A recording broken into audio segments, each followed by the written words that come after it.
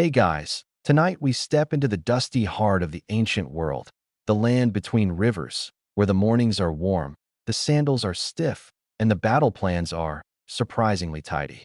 Welcome to Sumer, roughly 4,000 years ago.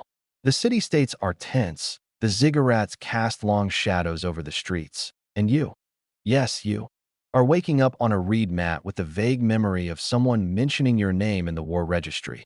You open your eyes to the gentle creaking of woven palm walls and the smell of barley stew, which someone's been reheating since yesterday. You're in a Sumerian soldier's quarters. Well, more like a communal shed. You sit up, scratch the back of your neck, and feel the stiff collar of a linen tunic that doesn't quite belong to you. It's regulation issue, so naturally, it's half a size too short and smells like dried fish. Outside, the city of Uar is waking up too. You hear merchants already barking about dates, priests chanting at dawn, and someone yelling about a missing goat. It's a busy place, but your schedule is even busier. You're due to report for conscription duty, part of the city-state's rotational militia. You weren't born a soldier, but every able-bodied male spends a few seasons with a spear in hand and a list of field duties longer than your sleep schedule. Before you get comfortable, take a moment to like the video and subscribe, but only if you genuinely enjoy what I do here. And hey, if you're listening from bed, drop a comment with your location and local time. I'd love to know who's dozing off across the world. Now, dim the lights, maybe turn on a fan for that soft background hum, and let's ease into tonight's journey together. You stretch your arms and trudge to the marshy edge of town, where rows of new recruits, some nervous, some already bored, are being handed clay tablets with their assignments. Yes, even your marching orders are on a slab of sun-dried mud. There's a list of supplies to check out, meal times, and yes, a diagram of your assigned sleeping square. Sumerians loved order. Not in the military drill instructor screaming in your face kind of way, but more like your grandmother who alphabetizes her spices. War, to them, wasn't just muscle and shouting, it was scheduling and geometry. There's a soothing kind of absurdity in it. Your officer for the week, a sun-browned man with a permanent scowl and a reed stylus behind his ear, guides you through the process. You receive 2 pairs of sandals, one for battle, one for marching, and a tightly rolled sleeping mat, already tagged with a tiny piece of cuneiform that probably says, "Don't steal." Then comes the ration pack, barley cakes, dried onions, a little jar of oil, and a date or two if the quartermaster's feeling generous. Everything fits neatly into a woven reed sack, knotted just so. The knots themselves follow a standardized method passed down from temple scribes, because of course they do. Mainstream historians agree that the Sumerians were the first to codify systems of labor, supply, and yes, battle logistics. But whether their famous war tablets were instructional or merely ceremonial remains debated. Some scholars argue that the tablet you're holding now, with its little stick figures and curving arrows, is less of a blueprint and more of a vibe check from your superior officer. Still, it's effective. You feel a strange confidence as you read the neat rows of tasks. There's even a designated break for shade sitting and water pour-off head time, which might be history's earliest example of hydration reminder. After the morning briefing, you gather with the other recruits for inspection. Your spear is issued and inspected, bronze, short-hafted, and surprisingly well-balanced. It's not flashy, but it's sharpened by someone who clearly cared a little too much about angles. Word is, the local temple workshops produced weaponry in batches and tracked each batch's battlefield performance. A victory? Batch 204 gets a star on the wall. A loss. Batch 204 gets melted down. As you stand in the warm sun, squinting against the glare and trying not to drop your perfectly weighted spear, a priest passes by muttering blessings and tossing barley seeds at your feet. It's comforting. Weird, but comforting. You start to march. Slowly at first, then faster. The path out of Uar is lined with date palms and the occasional sleepy goat. A man ahead of you sneezes and momentarily drops out of formation to retrieve a sandal that flung itself into a drainage ditch. Nobody yells. Instead, a junior scribe quietly records the event and marks it as unusual footwear deviation. You can't help but smirk. This army may not have the fiery speeches or dramatic charges you'd expect from a war epic, but it's got a strangely calming rhythm. Like a bureaucratic lullaby. The sun climbs, the dust swirls, and somewhere in the distance, you hear a small clay flute playing a military tune. Not for morale. It's a timing device. 3 notes mean water break. You kneel, sip from your shared jar, and think about how absurdly organized your day has been. And it's only just begun. The sun sits higher now, and the wind picks up, just enough to make the dust swirl in lazy spirals around your ankles as you march with measured steps. Your column of fellow conscripts, a few dozen strong, proceeds in mostly straight lines toward the campgrounds. No one shouting, no horses are whinnying, and not a single dramatic drumbeat signals doom. Instead, there's a strange kind of calm, like a city park on a Sunday morning. If the park had a checklist for where to hang your helmet, as you trudge forward, your commanding officer, whose expression hasn't changed since sunrise, signals a stop. Not with a bark or a banner, but with a quiet hand raised, palm flat. You halt. The entire formation halts. Somewhere behind you, someone stumbles slightly but recovers with a sheepish grin. The officer jots something down on a wax tablet, probably a reminder to inspect foot hygiene later. Now comes the preparation for engagement, though it won't happen today. Not yet.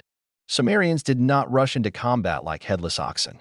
They spent days preparing, sketching out battlefield diagrams, assigning tent duties, organizing their famously robust grain stores.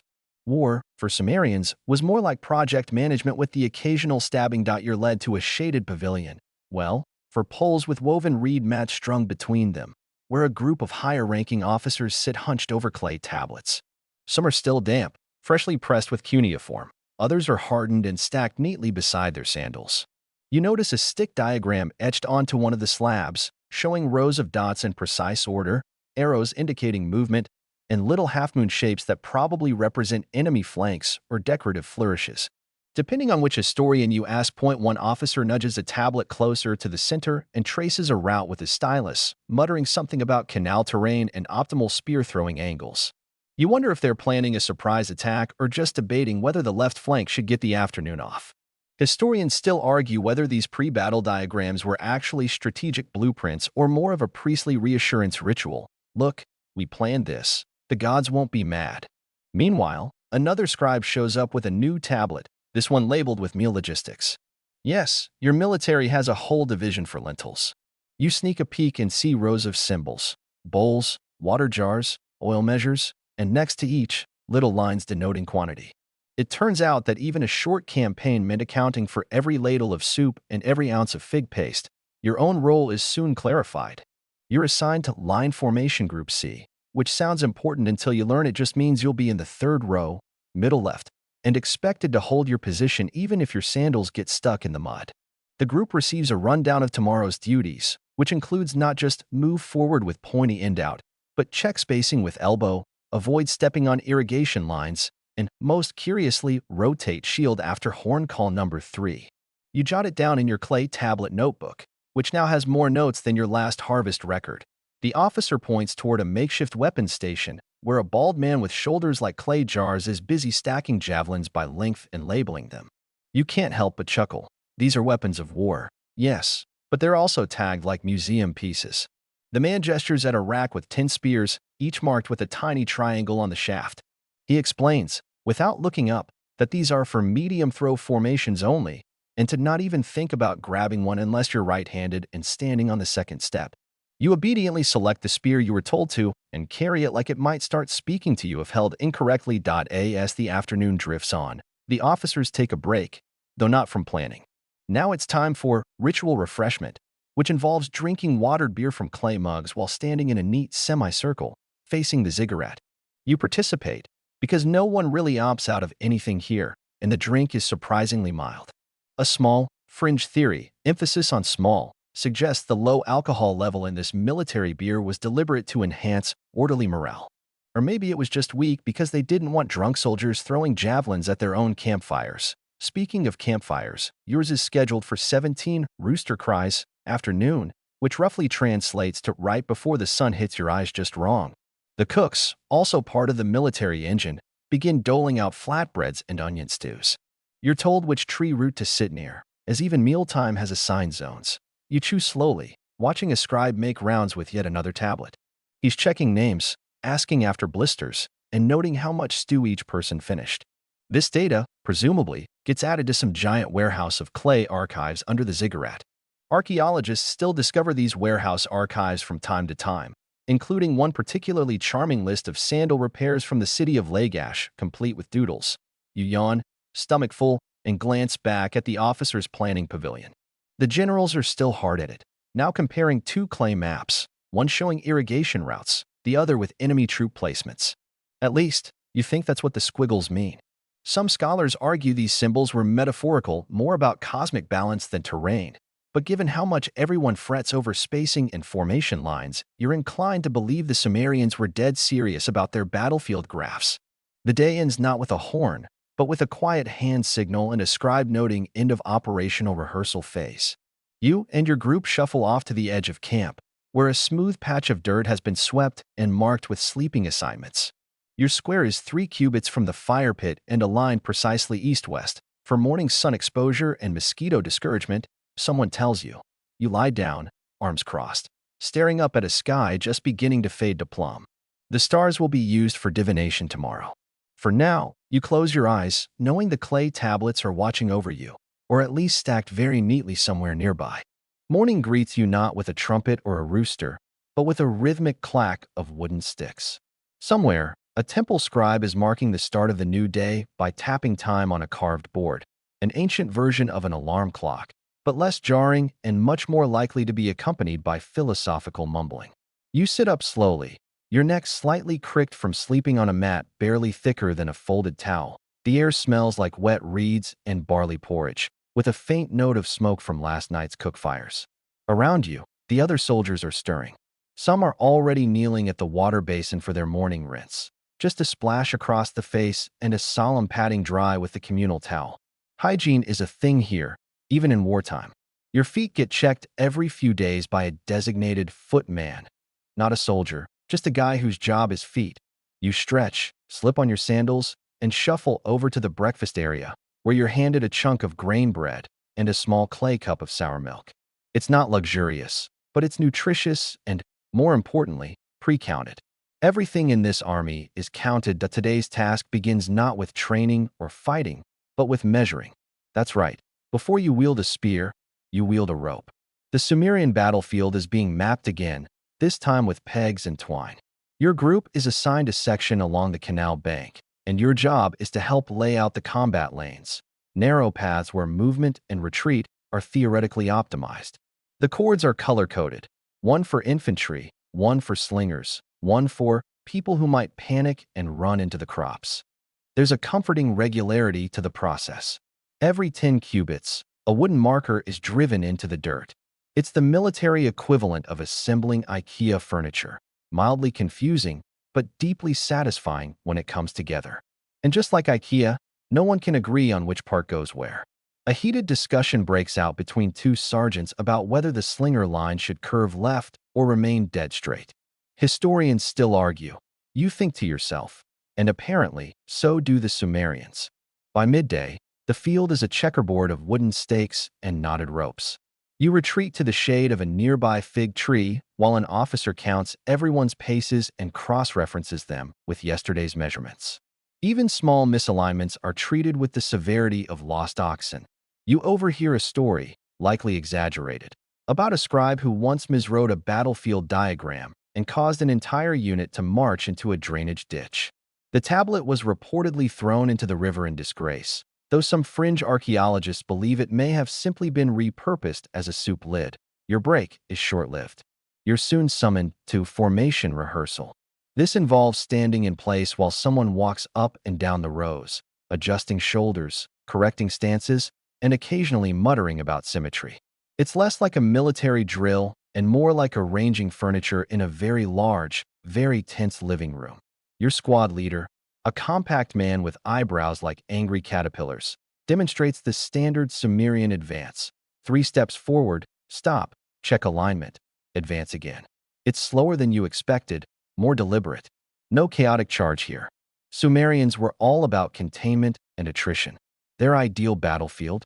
Predictable, flat, and ideally, slightly squishy from recent irrigation. At one point, you're handed a clay whistle. Not to blow in combat, but to signal your position during misty mornings. You're told, 2 short puffs if you're still alive, 1 long if you've dropped your spear. It's practical, but you can't help but laugh, imagining a battlefield full of politely tooting whistles. The next exercise involves the pivot drill, where you and 3 others practice rotating your formation based on horn calls. First left, then right, then full about face. Your group messes it up the first few times and ends up facing a nearby date grove instead of the imaginary enemy line. No one yells. Instead, the officer scribbles a note and quietly rearranges the pebble map on his tablet. Your squad's little pebble gets moved slightly back, with what you're certain is a side out a short water break follows. You sip from a shared jug and look out at the practice field.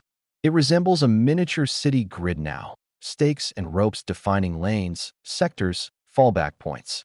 There's a strange serenity to it all. It's not the frenzied chaos of war. It's the careful, intentional unfolding of a battle designed to be legible. Like a slow dance where everyone knows their steps and the music is just very, very quiet, that you're reminded that this isn't just about efficiency. It's about the gods. Sumerians believed that warfare, like agriculture or temple ritual, required cosmic balance. The more precise your lines, the more favor you might curry. Battle wasn't just fought, it was performed. And every performance has choreography. Lunch arrives, on time, naturally. You sit in assigned pairs, your eating partner rotated daily, so cliques do not interfere with morale. Today's meal is lentil stew, another chunk of barley cake, and what appears to be fermented radish paste. It's better than it sounds. As you eat, you chat quietly with your partner about spear angles and how tomorrow's maneuver includes an echelon V-step. You pretend to know what that means. Just as you're finishing, a runner arrives from the temple precinct. He's barefoot, dusty, and clutching a tablet wrapped in goat leather. A high priest has offered a new alignment suggestion based on this morning's omens. Something about birds flying west and an unusually shaped cloud. The officers immediately huddle. They rearrange 3 stakes, shift the rope 4 cubits east, and send word to re-drill the pivot maneuver. No complaints, just action. You finish your meal and get back in line. Because in the Sumerian army, even the clouds can change your battle plan. Afternoon sunlight glints off polished helmets, not because they're particularly shiny, but because they've just been scrubbed again for dust inspection. You are now fully aware that the Sumerian army, when not drawing maps or counting barley, is deeply, profoundly committed to surface cleanliness. That you're back on the training field, standing in a queue behind a long bench that's been dragged under a palm frond canopy. Today is weapons check, which, in Sumerian terms, is more like a small audit. Every spear gets weighed, every blade examined for cracks, and every slingstone counted twice. Once by the owner, once by an officer with the personality of wet clay. Yours passes, though the officer gently suggests your grip wrap could use a rebinding. He then marks a small clay token and hands it to you. This, apparently, is your proof of maintenance. You now possess a literal license to carry a stick. You wander over to your cohort's assigned practice ring. Little more than a dirt square bounded by woven reed fencing. Here begins one of the more unusual Sumerian drills, target encirclement. Each soldier takes turns advancing slowly on a target while chanting in tempo with their steps. The goal isn't accuracy, but rhythm. Hit or miss, you must chant. It's half battle drill, half karaoke night. Your chant is something about the hero Gilgamesh leaping over a river. It's catchy in an odd, stumbly metered kind of way. The guy next to you forgets a verse and gets a friendly thwop on the shoulder from the squad leader, who recites the whole stanza in perfect rhythm without breaking eye contact. Terrifying. You ask another soldier, slightly older, missing 2 molars, why the chants are so detailed. He shrugs, helps keep focus. And the gods like poetry. There's some scholarly debate over just how widespread these chants were, or whether they were more common in ceremonial drills than actual combat. But for you, right now, they're real enough, and they're making your calves burn. After the drill, you're shuffled toward the armor station. Armor might be a generous term. Most of it is woven leather, occasionally reinforced with bronze scales sewn in tight rows. You get a vest that smells faintly of mustard seeds and river mold, but it fits. The armorer nods.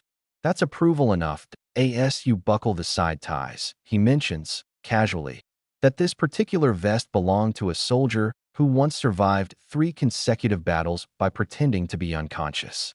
You pause. The armorer adds, "Smartest one we had. Could hold his breath for 2 minutes." You make a mental note to practice that later. Next, you're issued a simple bronze dagger, barely the length of your forearm, and told it's for emergencies only. The instructor demonstrates a few safe grip positions using a clay dummy.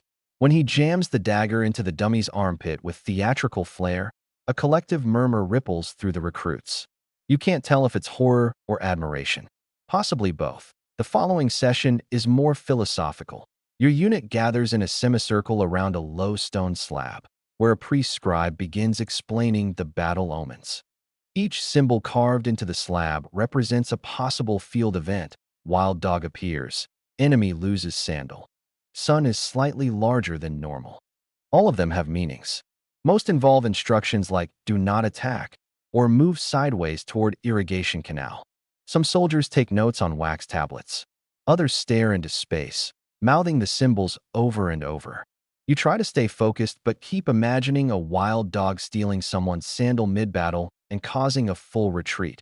When the scribe pauses for questions, one soldier asks what happens if 2 omens appear but contradict each other. The scribe, unblinking, responds, "Then you have already lost." The group falls silent. You bite your lip to keep from laughing. Probably not the right moment. Evening approaches and with it, a surprise: mock skirmish drills. You're split into red and black teams, marked by stripes of clay on the forehead. Your team is red, which someone proudly announces means divine strength. Another retorts that it's actually the color of livestock wounds. A brief debate ensues, followed by shrugs. You all line up anyway. The skirmish is gentle, more theater than actual clashing. The weapons are dulled, and nobody is trying to win. The goal is formation flow, walking, adjusting ranks, knowing where to stand even when someone in front of you trips over their own sandal. Which they do. Twice. There's a moment when your line falters, and you find yourself instinctively moving left, filling a gap. It's small, but it earns a nod from your sergeant. That nod carries weight. You suddenly feel like you belong, not just as a body in a formation, but as part of a larger design, one more measured than chaotic. The drill winds down. The clay stripe on your forehead itches, and you wipe it with your sleeve. The officer barks something about clay discipline, and you sheepishly smear more on. Next time, wait for dismissal. Dinner comes with less ceremony than lunch. You're handed a bowl of thick stew, lentils again, this time with a sliver of dried fish. You eat sitting on the ground with the others, knees tucked up, bowls balanced on your thighs. The sun slips below the horizon, casting long shadows over the training field. Fire pots are lit in a neat grid, their flickers dancing across reed mats and the faces of tired, clay-streaked soldiers. Someone starts a soft chant, one of the battle verses from earlier. Others hum along. It's oddly comforting, like a lullaby you've only just learned but already remember. It fills the air like smoke, curling softly into the night sky. You lie down again on your mat, head resting against your rolled-up vest. The stars emerge, hundreds of them, more than you ever see in the city. You spot the dog star, shining bright above the eastern ridge. It's considered lucky. Or unlucky. Depends who you ask.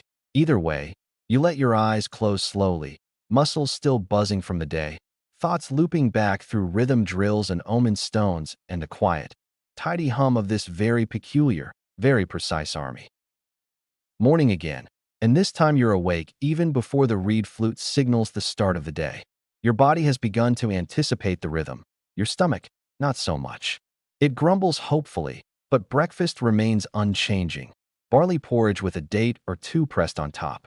At least the dates are sweet. You chew slowly, watching a small lizard skitter along the wall of the granary, unbothered by the growing bustle of soldiers, but today's focus is battlefield choreography. Yes, choreography. You don't get that word, of course, but you're living it. Every Sumerian soldier must not only march in lines and hold the line. You must also pivot, kneel, rise, and reposition as if you were a bronze cog in some divine contraption. Your commander, whose beard looks like it has its own unit number, demonstrates a series of arm signals meant to control formation silently. Right hand up, brace. 2 fingers across the chest, split and flank. Both hands waving above his head. possibly a sunburn remedy, but more likely retreat carefully. Historians still argue whether these gestures were formalized or improvised, but tablets found in a ziggurat cache show diagrammatic stick figures making strange, angular motions labeled with the Sumerian word for turn and rejoin. It's charmingly vague, which seems to be a theme in ancient military planning. You and your unit spend the morning replicating a hypothetical ambush near a reed marsh. The plan is meticulously laid out. First, crouch in tall grass. Only 2 soldiers sneeze. Then, wait for the horn, which never sounds because someone misplaced it. Finally, rise and charge in a staggered wave. Except the ground is soft, and someone's sandal gets suctioned into the mud with a gloriously comic schlorp. You're not supposed to laugh, but the sound makes half the unit break into giggles. The sergeant grimaces and tells you to repeat the maneuver. This time, the horn is located. It was being used as a scoop for grain. Classic. Your group's second attempt goes much more smoothly, even if the mud claims another sandal. The point, you're reminded again, is rhythm. Sumerian battles were less like chaotic brawls and more like heavily practiced plays with flexible scripts. It wasn't about overpowering the enemy. It was about being more organized than they were. To help drive the point home, your cohort is led to the map tent. Inside, the air is close and warm with the scent of parchment, dried ink, and sweat. A large clay map of a nearby city-state's borderlands sits in the center, carved in shallow relief. Wooden markers stand in for enemy forces, jagged, red-painted wedges. Yours are painted black, with little incised sunbursts. The tactician in charge, an older man who wears a necklace of tiny clay scrolls, walks you through a simulation. The enemy has blocked a canal. Your task? Redirect their supplies through a fake livestock route, then feign retreat while a reserve unit hides inside grain baskets. You raise your hand. Won't the grain merchants notice? He waves it off. Already paid. Also, they hate those guys. You begin to understand. Sumerian tactics were not always violent. They were sneaky.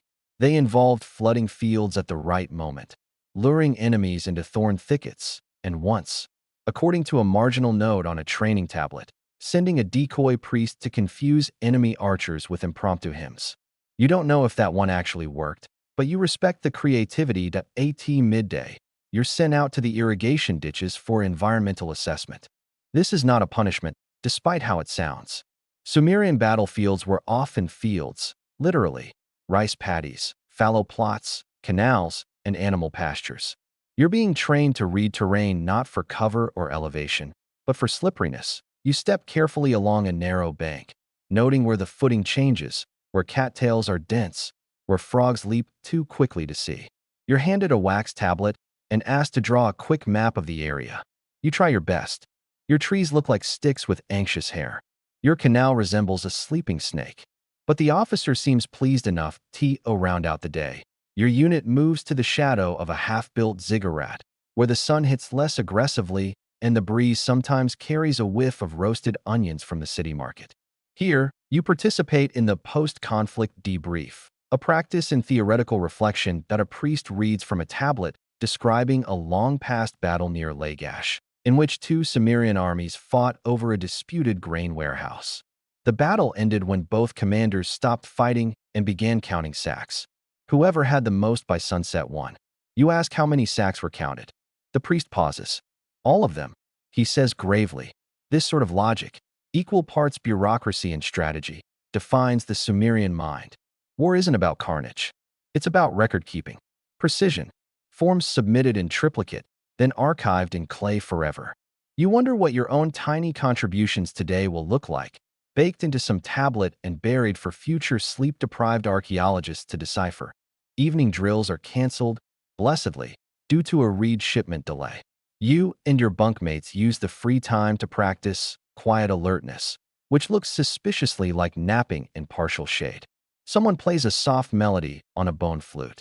Someone else mutters fragments of today's chant under their breath. And you?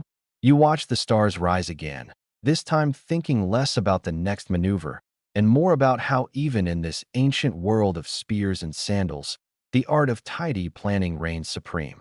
You lie back with a small smile, wondering what tomorrow's map will look like and whether you'll be assigned to the decoy priest role.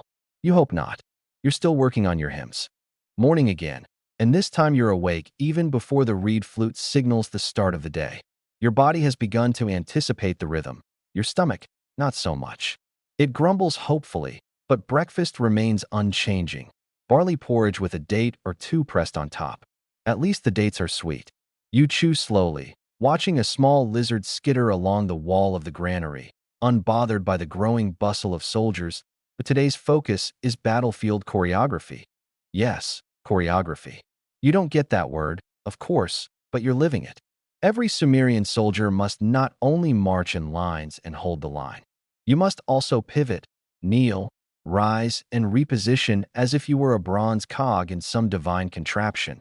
Your commander, whose beard looks like it has its own unit number, demonstrates a series of arm signals meant to control formation silently. Right hand up, brace. Two fingers across the chest, split and flank. Both hands waving above his head. Possibly a sunburn remedy, but more likely retreat carefully.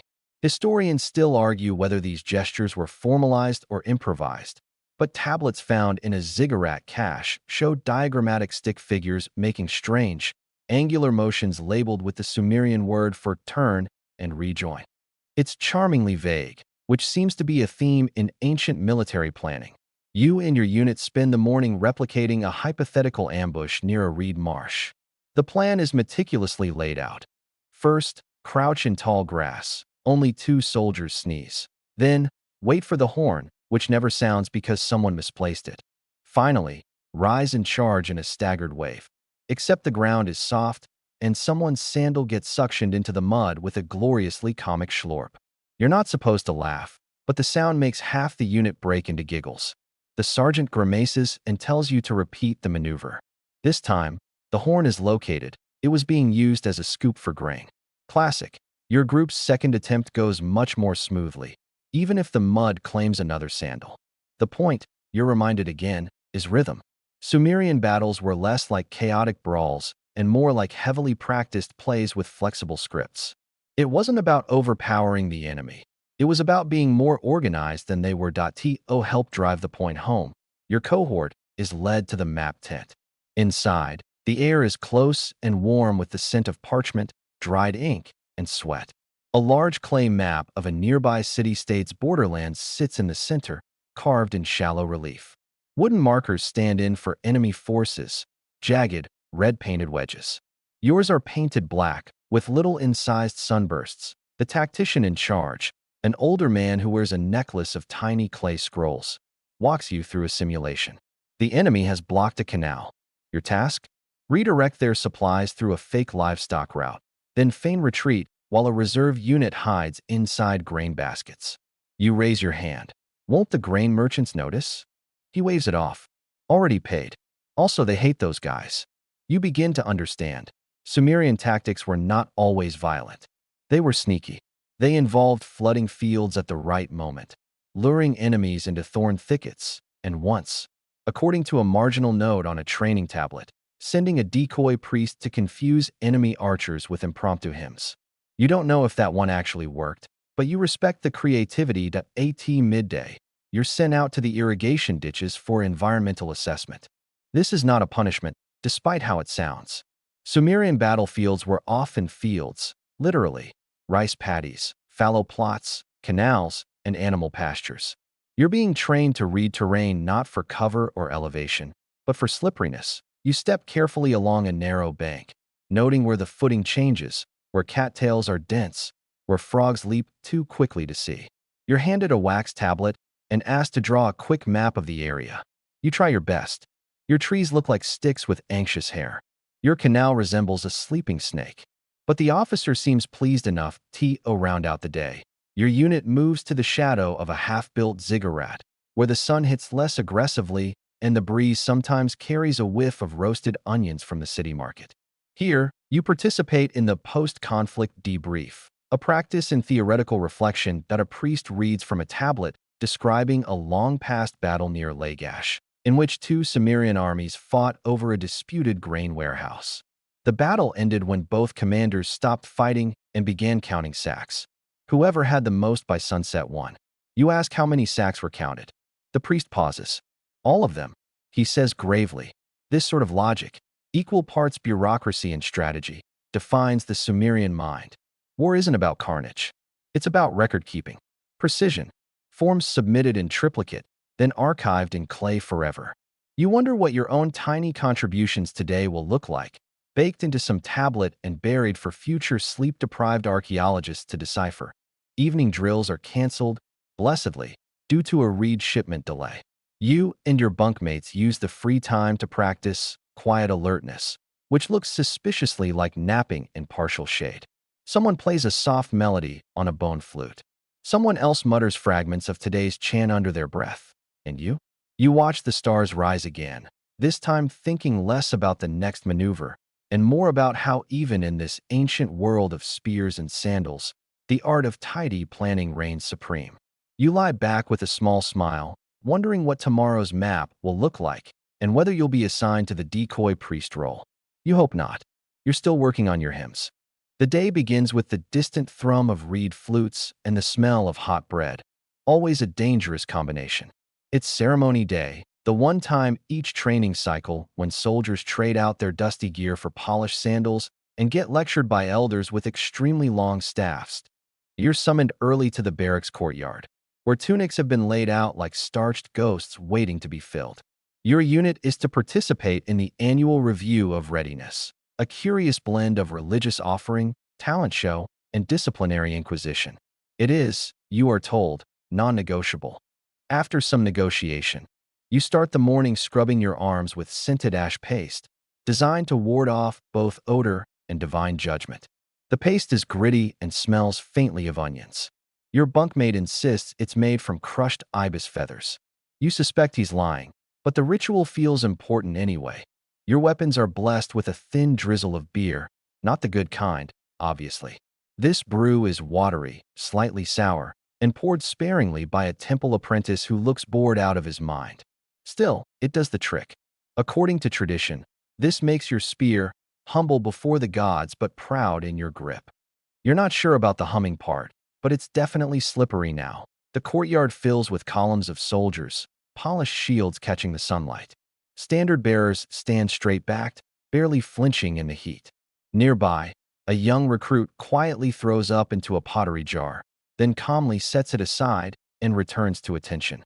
Everyone pretends not to notice. The ceremony begins with chanting, low, rhythmic verses about the hero Gilgamesh and the time he scared a mountain into collapsing. Then, curiously, a bit about proper grain storage.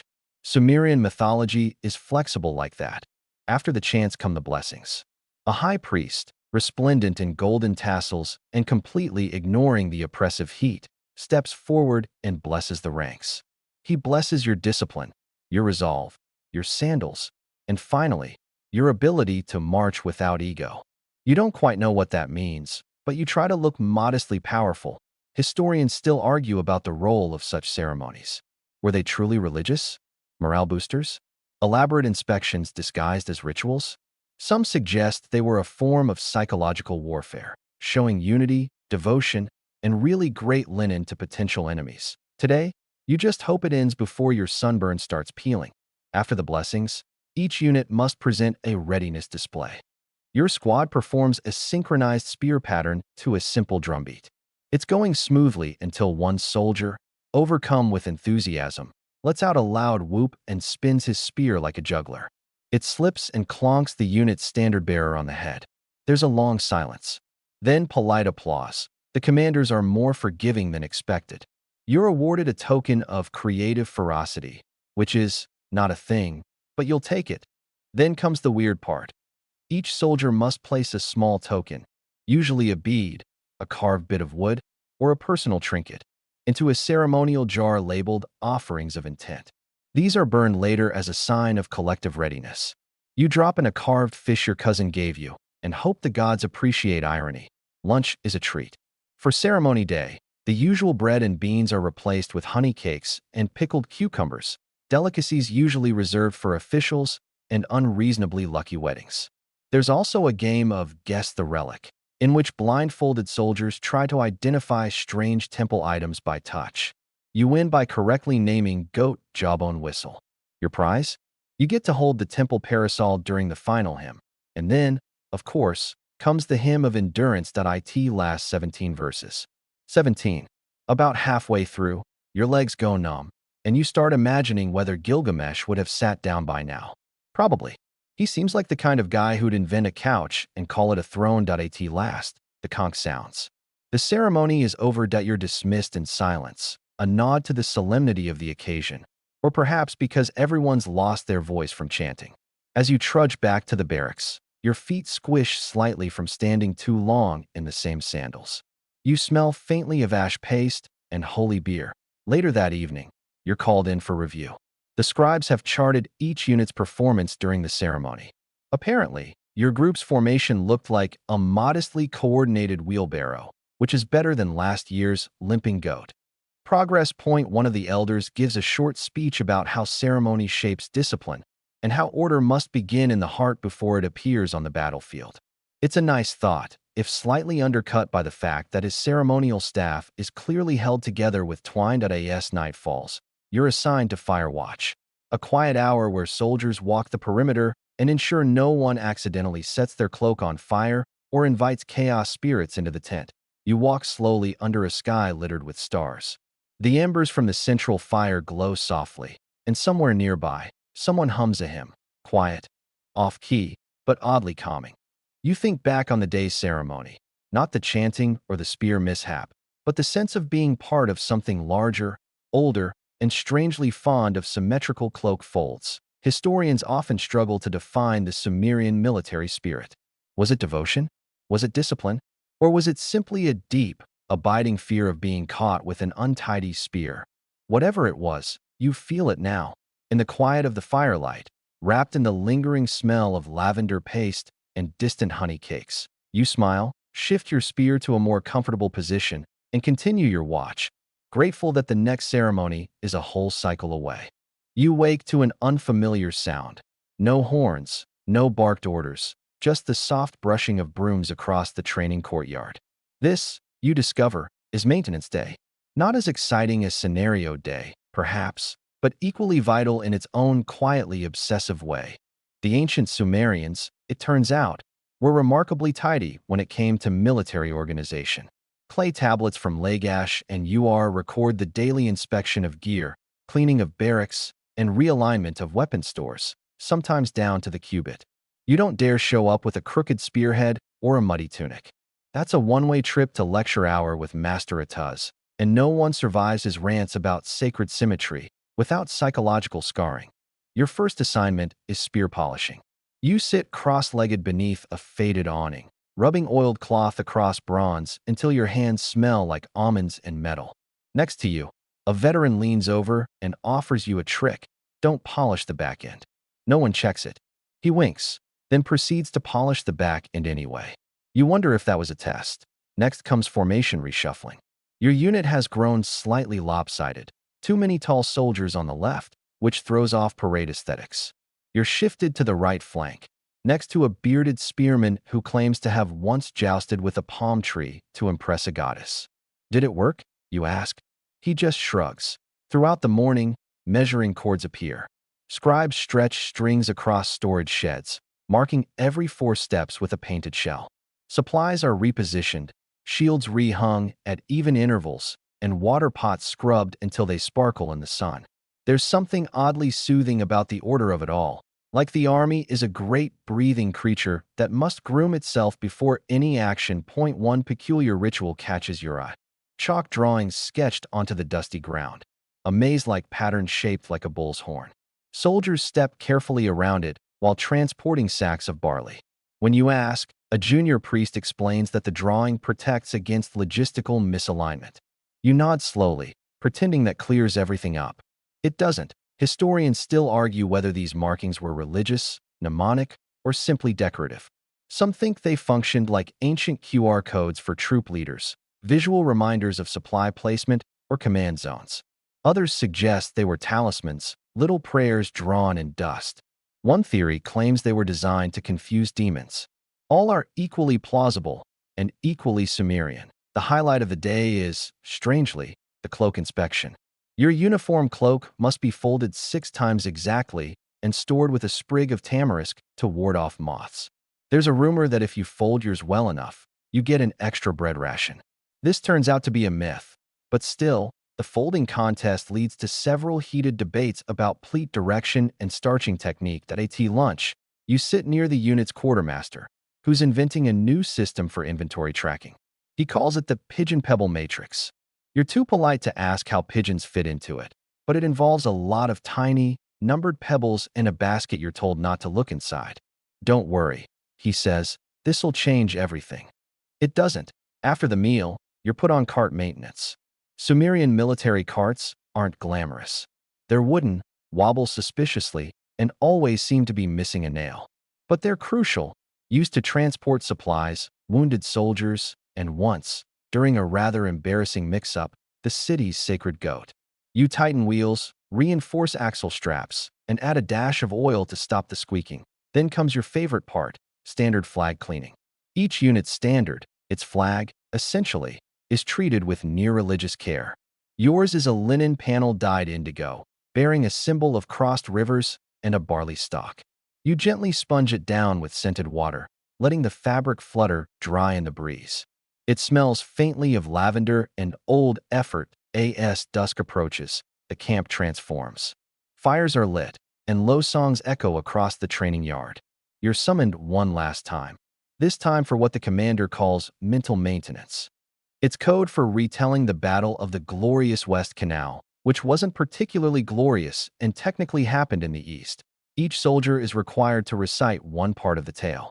When it's your turn, you embellish slightly, describing how your predecessor heroically rescued a fish cart mid-battle. You get a few laughs. That's a win. The commander closes the night with his signature phrase, "If your sandal thongs are frayed, so too is your discipline." It doesn't really make sense, but everyone nods solemnly anyway. Why now? The stars are sharp above, and the last of the fires is crackling low. Maintenance Day might lack the drama of drills or the chaos of mock battles, but in its quiet rituals, its folded cloaks, counted pebbles, and blessed chalk symbols, it reveals something deeper. The ancient Sumerian army wasn't just prepared for war. It was meticulously, almost obsessively, prepared for everything around war. Historians today marvel at the administrative backbone of early Mesopotamian militaries, how these people managed food, logistics, sanitation, and scheduling with no wheels on their training carts and no Excel spreadsheets in their temples. As you roll out your mat and stretch under the stars, a thought drifts across your tired mind. Perhaps true discipline isn't forged in chaos, but in tidiness. And maybe, just maybe, folding your cloak is a kind of sacred act. The morning dew hasn't even fully lifted from the stone paving when you're shaken awake by a runner. Today, it's a scenario day. No drills. No chance. Instead, you're living through a mock campaign that will last until nightfall. You groan inwardly. Your legs already feel like papyrus stalks after yesterday's Reed Marsh replays. Still, there's a certain hush of anticipation among your fellow soldiers. These scenario days are as close as you'll get to actual combat training, without anyone losing a toe. Hopefully, your first task is preparation, provisioning. You and your group are sent to the supply yard, where bins of dried onions, flatbread, and lukewarm goat cheese are doled out, one ration bundle per soldier. You're instructed to pack lightly, but someone inevitably forgets and brings 3 spare sandals and a carving of the moon god Nana for guidance. You all agree not to tell the commander. He's not fond of moon carvers in combat. From there, you march. Not far, just to the outskirts of the city where tall barley fields rustle and cicadas buzz lazily overhead. The scene could be peaceful, if not for the shouted orders and flag bearers rushing back and forth that you're assigned to the rear guard, which, ironically, means you're going to be the first to move. The mock enemy, a rival unit from across the canal, has allegedly invaded a water distribution station. Your job is to reclaim it without breaking any actual bones or clay pipes. A tall order. Historians still argue whether Sumerian armies actually used mock battles for training or if this was more of a priestly ritual, a way to rehearse and purify before real conflict. But clay tablets do reference controlled skirmishes with specific limits on strikes and casualties. Think ancient laser tag, only with real sticks and a strong chance of sunburn. Your first maneuver? A split surge. Two columns of soldiers weave through barley rows, while a third line, yours, sprints to an irrigation trench and hides. The plan is to let the enemy believe you've retreated, then reappear behind them and cut off their resupply. You lie in the tall grass, biting back a sneeze, hoping a frog doesn't land in your helmet again. At the signal, a conch horn blown 3 times. You leap up and dash across the open field. You're not the fastest, but your enthusiasm makes up for it. Unfortunately, so does your inability to stop. You tumble into the trench at full speed, earning a snort of laughter from the supervising priest. You climb out, soaked and muddy, but still technically victorious. Once the area is secured, your unit erects a small signal post using tied-together reeds and a red cloth. You're not sure what it signals, but it looks very dramatic, fluttering in the wind. Midday comes, and the scenario shifts. This time, you're on defense, guarding a grain depot against a surprise assault. You're told the attackers will come from the west. Naturally, they appear from the north, disguised as farmers. You barely have time to organize your squad when the attackers rush the walls, wielding blunt spears wrapped in cloth. It's a whirlwind of movement, shouted phrases, and wildly inconsistent role-playing.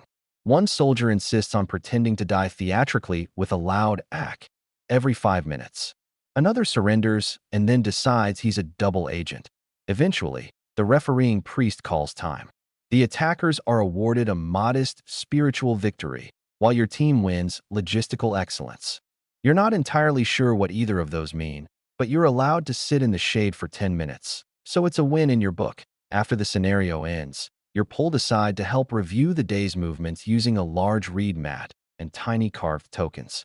Each token represents a unit: triangles for infantry, circles for priests, and tiny coiled snakes for mystery variables, which today were apparently unexpected goat traffic. Together, you and the scribes reconstruct the movements.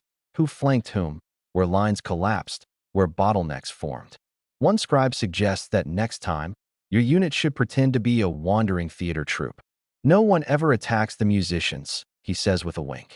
You mentally note that for future reference. Then comes your favorite part of scenario day, the debrief feast. Not a feast, don't get too excited. But the bread is warm, the beer is coolish, and someone brought honey. You eat cross-legged in a circle as the sun lowers behind the ziggurat. The commander joins you for once, lowering himself slowly onto a stool made of bundled papyrus. He recounts a campaign from years ago when a flock of ibises interrupted a night march by nesting inside the soldiers' helmets. We took it as a sign, he says. Turned out we were marching toward the wrong city. There's laughter, even from the grumpiest soldier, who hasn't smiled since orientation week. It's in moments like these that you realize Sumerian warfare wasn't just about clever maps or ceremonial tactics. It was also about human messiness and adaptation. Historians still debate how much flexibility Sumerian commanders actually allowed. Some argue that the rigid plans were followed to the letter. Others suggest that initiative under divine supervision was the real key. That, and not falling asleep during reed flute announcements. You finish the day scribbling in your own wax tablet, sketching out a few diagrams from memory. Nothing scholarly, just ideas for better concealment techniques using baskets and maybe an upgraded frog distraction method. Your bunkmate peeks over your shoulder and nods thoughtfully as darkness falls. You stretch out on your mat, pleasantly exhausted and covered in a light film of canal water and dust. The scenario may have been pretend, but your aching calves assure you it was quite real enough. You close your eyes with the image of your red cloth signal flapping proudly in the breeze. And just before sleep takes you, you imagine what tomorrow's surprise will be. Maybe another frog, maybe a play, or maybe, if the gods are feeling generous, a proper nap. You wake slowly to the scent of freshly baked barley cakes, their warmth drifting through the narrow alleyways of the city like a gentle invitation. Today's lesson is less about grand battle plans and more about the everyday routines that kept the Sumerian army functioning, a vital but often overlooked part of warfare. You trudge toward the cookhouse, where a cheerful quartermaster named Enlil Bani oversees the preparation of rations. The army's diet is surprisingly modest but efficient, mainly bread, dried fish, dates, and occasionally a bit of salted goat cheese. Enlil Bani explains that sustaining thousands of soldiers on campaign required careful planning. No one wanted hangry warriors stumbling into battle. The process of baking bread itself is an art form. The dough is mixed with finely ground barley, shaped into flat discs, and slapped against the hot walls of clay ovens, known as tanners. The bread's texture is dense, chewy, and slightly smoky from the oven's firewood. You nibble a warm piece, noting how it sticks to your teeth but provides a comforting chew. In the corner, a small group of soldiers is busy grinding grain with stone querns. The rhythmic back and forth of the hand mills is oddly soothing, a lullaby of war preparation. You imagine ancient soldiers taking solace in such simple sounds amid the tension of impending battle. Enlil Bani shares a quirky fact. To keep bread fresh on long marches, some soldiers wrapped it in leaves soaked with sour milk, which acted as a primitive preservative. You wrinkle your nose but try a bite, surprised by the tangy aftertaste. Better than stale bread, the quartermaster jokes. Meanwhile, water logistics are an ongoing challenge. The army relies on large ceramic jars carried by camels or donkeys, but water often tastes earthy and sometimes slightly salty.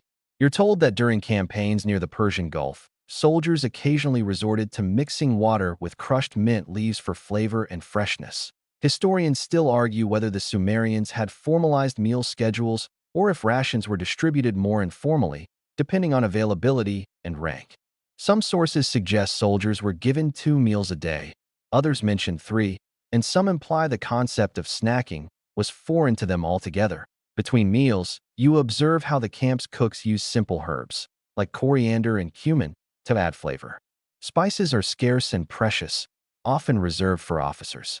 You catch a fleeting whiff of a stew bubbling over the fire, its aroma earthy and slightly sweet. You also learn that army cooks had a dual role, feeding soldiers and occasionally crafting field medicine from edible plants. For instance, a porridge infused with willow bark was believed to soothe aches and fevers. This early aspirin substitute is surprisingly effective, though it tastes bitter enough to remind you why historians call ancient remedies a mix of science and superstition. Your taste test for the day is date wine, a mildly fermented beverage brewed for special occasions. It's sweet, slightly fizzy, and best enjoyed in tiny sips, which suits you just fine since the camp frowns upon drunkenness before battle. In the afternoon, you join a lesson on ration packing.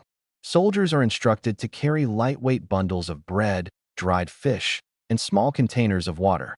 The packs are designed to be easy to carry but provide enough sustenance for several days on the march. You practice assembling your own ration kit, including a small clay cup and a leather pouch filled with dried figs. The exercise is practical and grounding, one that you realize must have offered ancient warriors a moment of control amid the unpredictability of war. As dusk settles, you sit by the campfire, nibbling on leftover barley cakes and mulling over the day's lessons. It's fascinating how such simple foods and routines could sustain an entire army, how these small acts of preparation form the quiet backbone of great battles. You smile, thinking about the quartermaster's jokes and the oddly comforting hum of stone querns.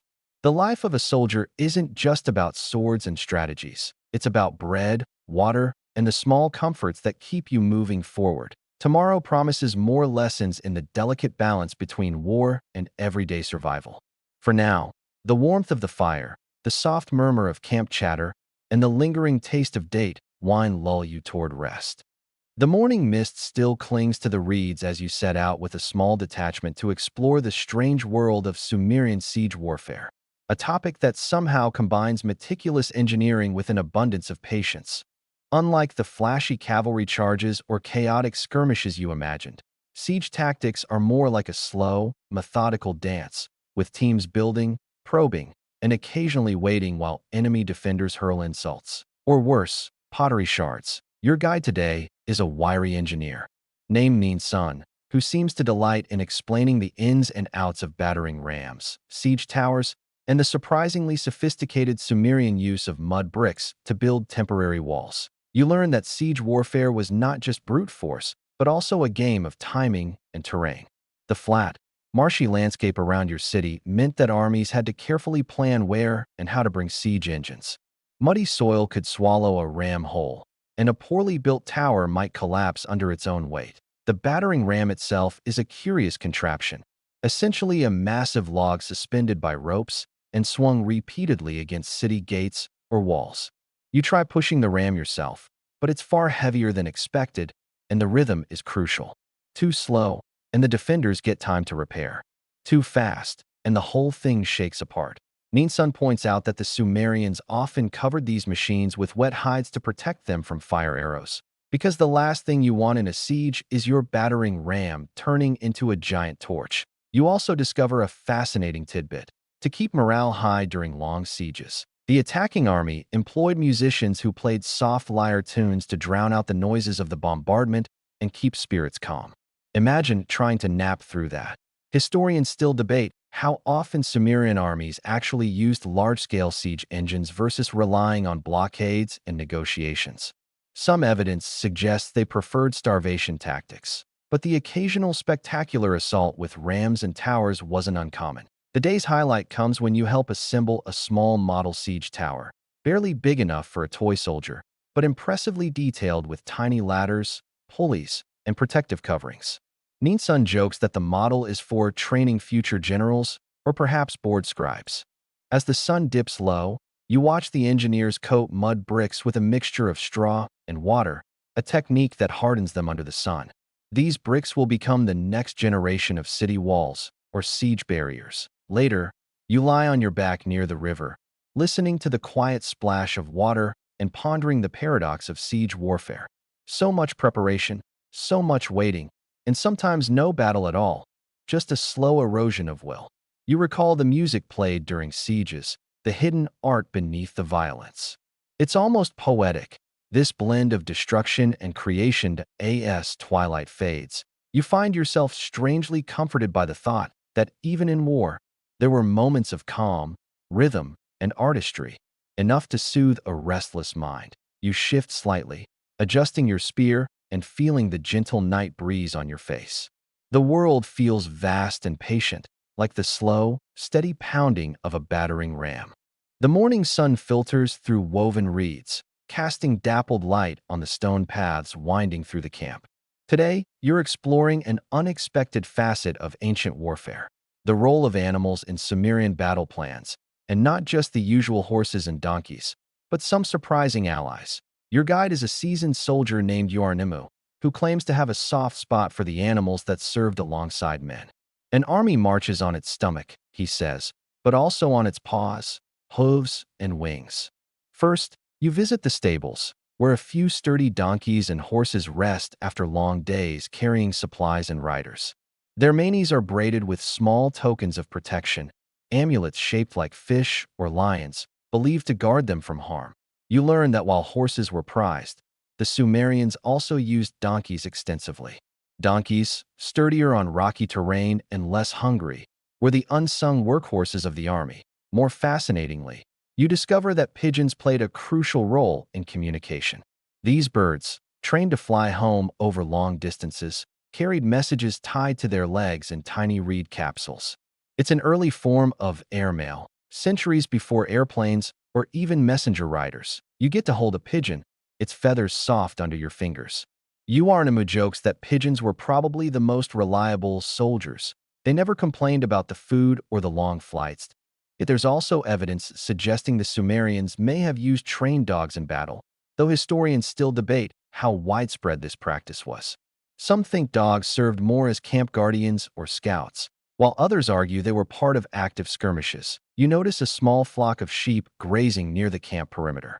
These animals weren't just food sources, but also played a role in psychological warfare.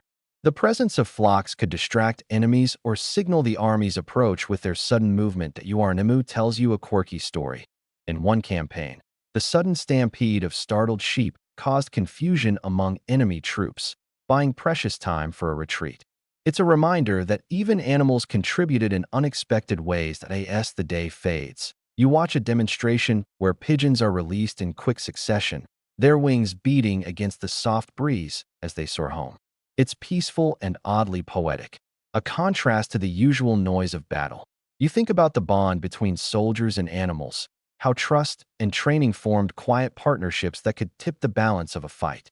The idea that war wasn't just men and weapons, but also feathers and hooves adds a gentle layer to your understanding. Historians still argue about the extent and roles of animals in Sumerian warfare, but you find comfort in imagining these creatures, each playing their parts silently and faithfully.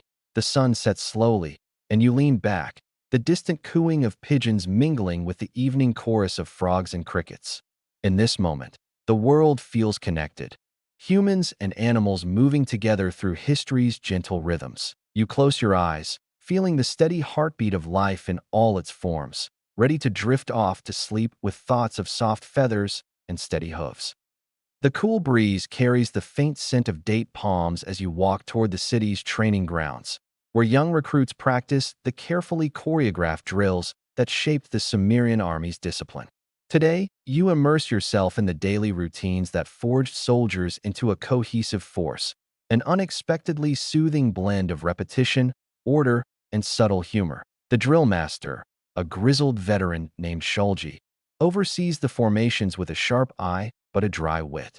A soldier who cannot march in time might as well be chasing shadows, he says, watching as a group stumbles over their spears. The drills are more than mere exercise. They're a language of the battlefield, teaching soldiers how to move as one, respond to commands, and maintain calm under pressure.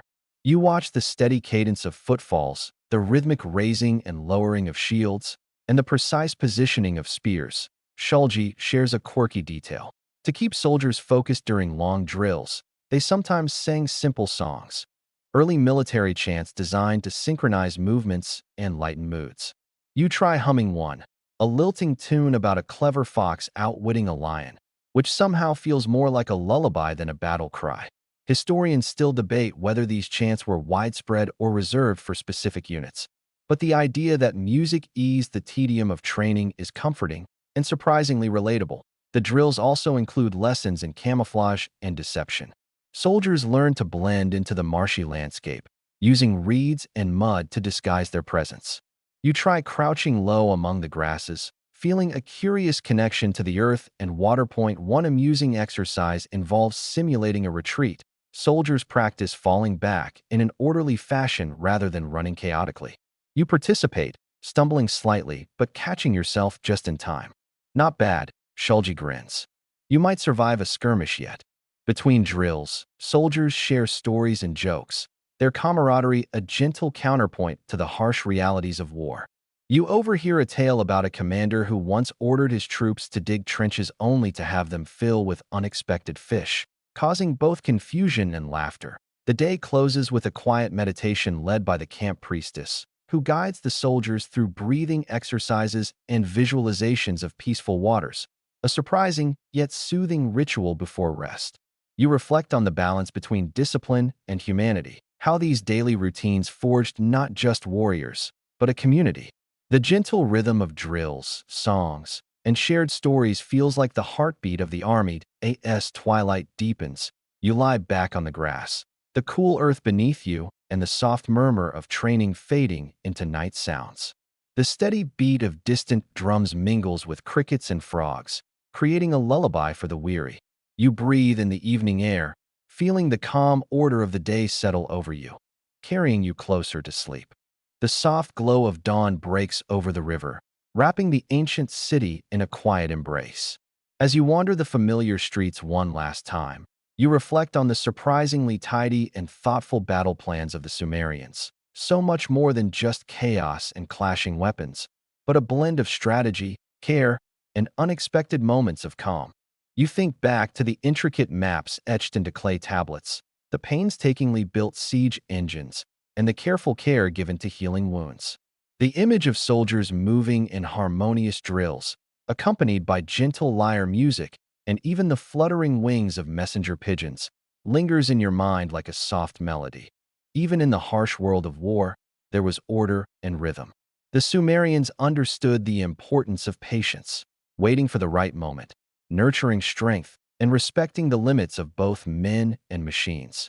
You remember the peculiar punishments for insubordination, mild by today's standards, but enough to keep discipline, and the curious roles animals played, quietly supporting human efforts. The vision of donkeys with protective amulets and sheep causing unintended confusion offers a gentle reminder that history is full of small surprises as the city wakes. You notice a group of children playing near the marketplace, their laughter light and carefree, a reminder that life, in all its complexity, carries on beyond the stories of battles and strategies. Historians still debate many aspects of Sumerian warfare, but one thing is clear.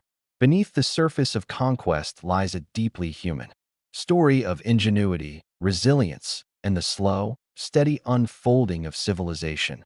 Now, as you settle into your resting place, the sounds of the city soften to a hush, and you feel the steady pulse of history beneath you, a rhythm as calming as the flow of the Euphrates itself. Allow your breath to slow, your thoughts to soften, and imagine the gentle sway of reed boats drifting quietly downstream under a starlit sky.